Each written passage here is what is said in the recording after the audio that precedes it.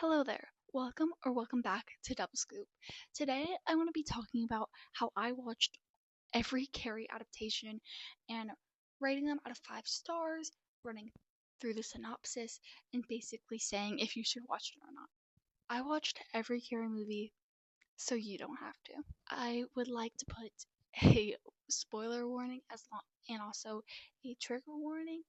This video will discuss sensitive topics that happen in this movie.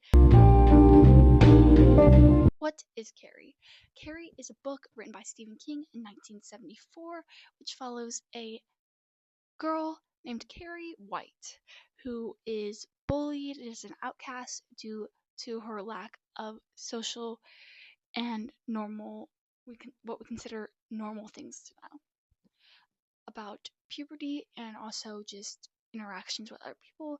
This is due to her strict, very religious mom who happens to punish her for normal things. Carrie develops telekinetic powers, and a horrible massacre happens after a prank gone wrong. Carrie, 1976.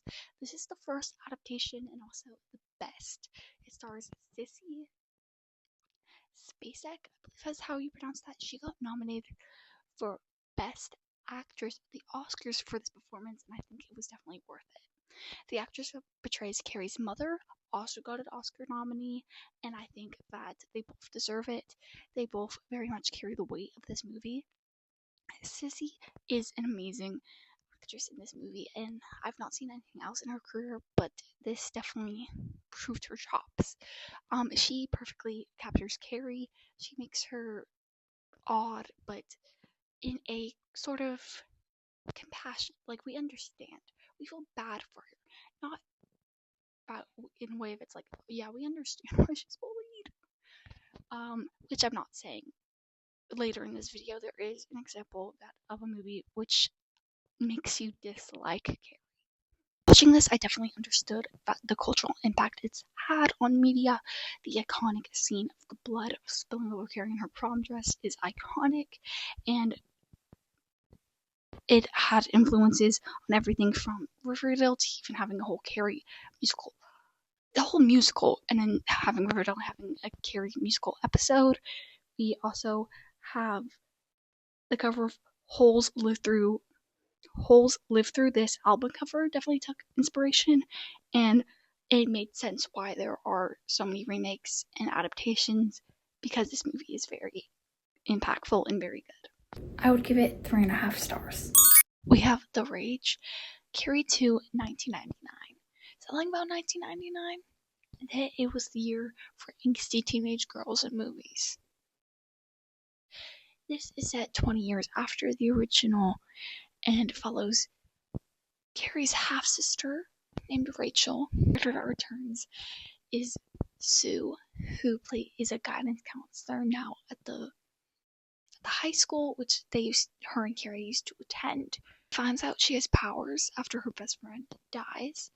Her best friend died because basically there was a group of boys that was going around sleeping with girls and then seeing how many points they could get uglier of the girl. This movie actually has a romance plot, and the romance is actually pretty well done. It's a classic tragic romance. It's very on the nose. They literally mention Romeo and Juliet like multiple times throughout this movie, but I thought the romance was well developed. It was very original. It wasn't trying to remake the original Carrie. It had fresh ideas, and also it wasn't too hard to be a sequel. It was like, this happens to be a sequel, which makes sense because this was originally written to be a standalone movie, but it was literally worked because the company realized, hey, this plot sounds like a lot like Carrie, so they made some little changes to be able to make it a sequel. One very interesting scene is when Rachel is using her powers at the party against the teenage boys, and she has like a tattoo on her arm that she had with her best friend, like they're matching, and it's like a vein starts like spreading through her face. I'll add a picture here. It was very interesting. Overall, I would give this movie 3 stars.